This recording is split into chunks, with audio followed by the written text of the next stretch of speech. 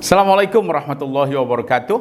Berjumpa kembali dengan Ato Alim Channel. Saya Abdul Halim, pengamat hukum dan sosial keagamaan Indonesia. Sahabat sekalian, saya hari ini tergelitik dengan sebuah konten YouTube di salah satu kanal yang kalau saya tidak salah itu adalah yang dibuat oleh Bapak Rudy S. Kamri. Kanalnya itu adalah kanal anak bangsa. Nah, ini menarik bagi saya, inilah sesuatu yang perlu kita cermati. Ya, apa kira-kira yang ada diperbincangkan di situ?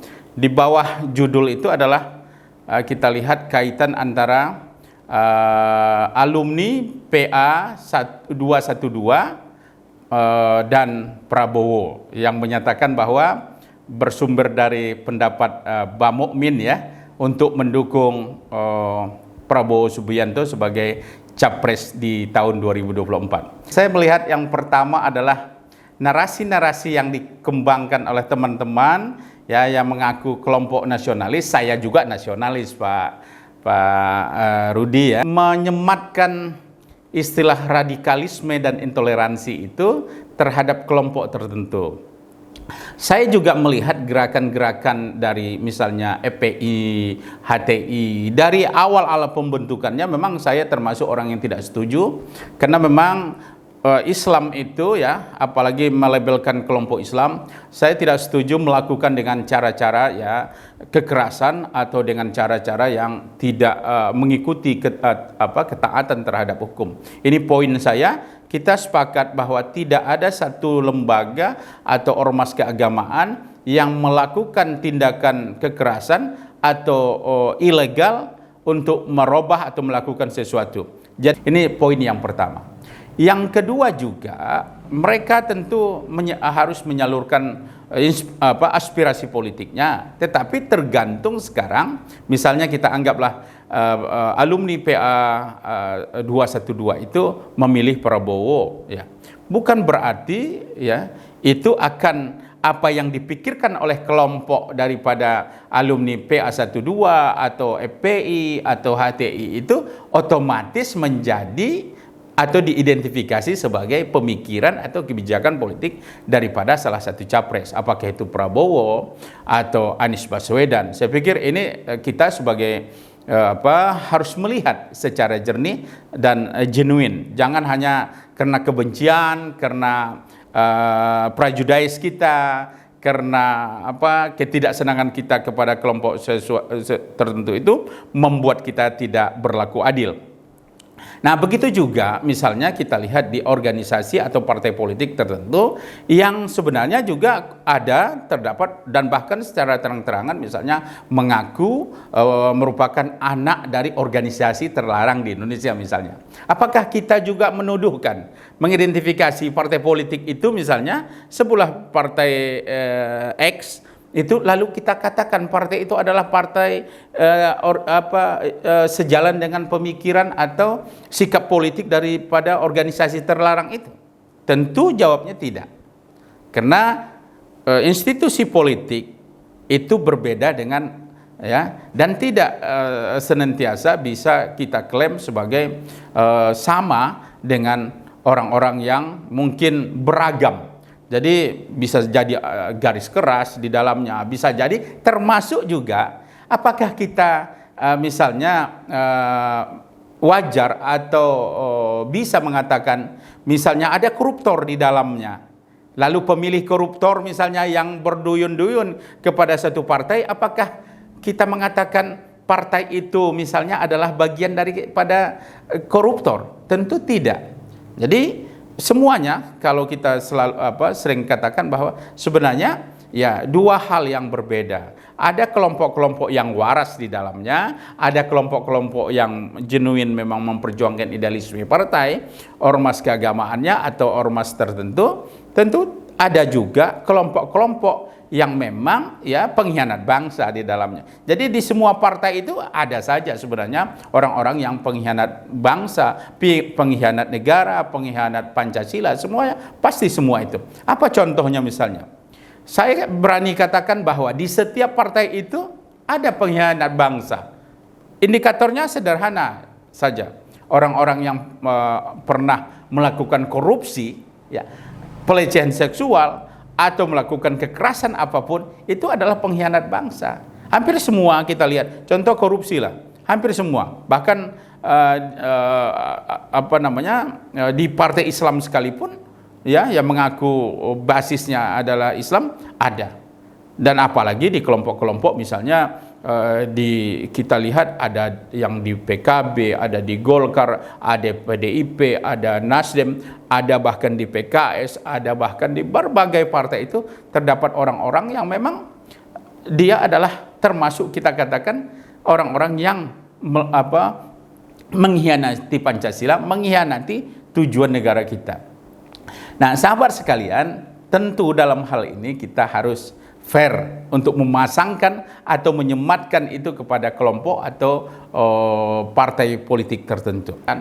Jadi isu-isu radikalisme, intoleransi, politik identitas, kemudian disebut jadi imigran-imigran yang lain-lain, kadrun, kadal, kemudian kelompok anti NKRI misalnya, dan yang lain-lain itu justru saya pikir mubazir dipakai untuk menyerang lawan. Sekarang ini kita semua tentu berharap pertarungan politik itu berjalan secara fair, pertarungan capres ini secara mengarah kepada yang kualitas, kegagasan, kepemikiran, dan track record.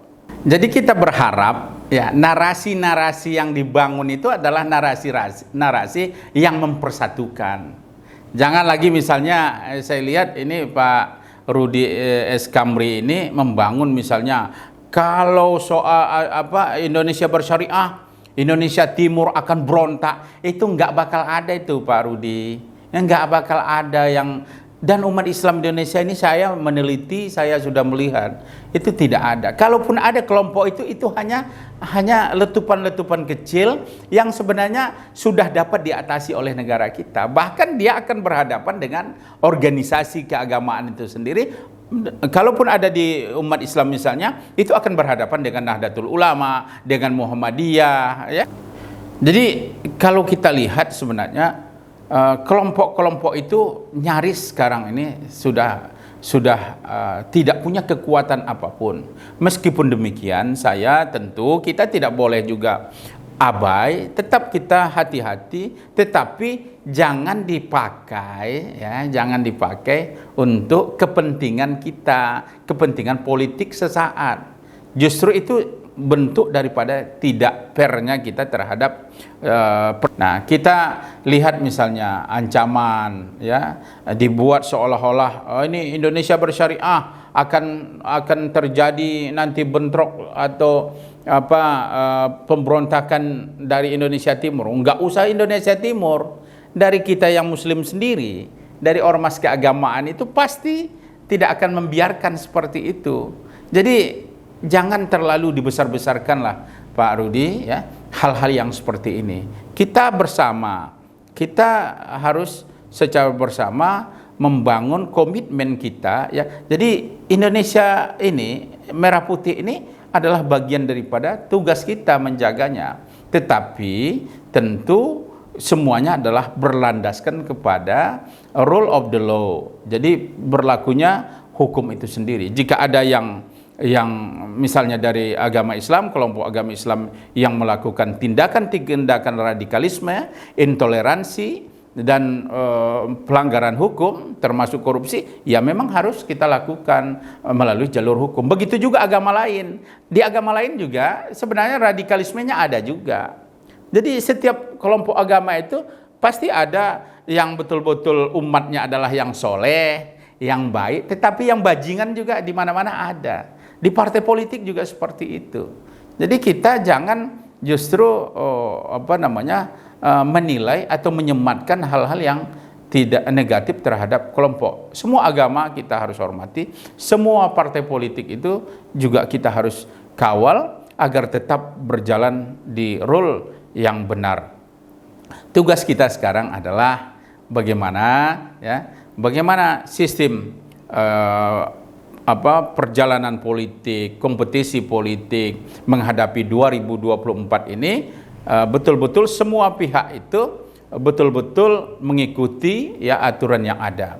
Jangan misalnya negara juga ya jangan menjadi sebagai provokator. Negara jangan menjadi alat ya oleh partai politik tertentu untuk menyudutkan calon atau partai politik lainnya. Kita berharap ya hukum itu jangan digunakan untuk menekan lawan, ya.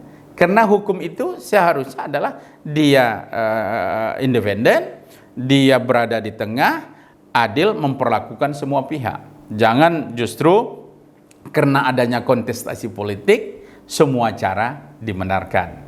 Nah, inilah barangkali yang menjadi catatan saya terhadap ya apa-apa yang menjadi sering diungkap narasi oleh teman-teman sekalian. Nah, inilah barangkali sahabat sekalian yang harus kita cermati sehingga pemilu 2024 nanti baik itu capres, cawapres maupun legislatif itu berjalan dengan penuh damai, dengan penuh persaudaraan, dengan penuh fair and fairness, kemudian dengan satu niat kita adalah mencari pemimpin yang terbaik. Demikian saja. Assalamualaikum warahmatullahi wabarakatuh.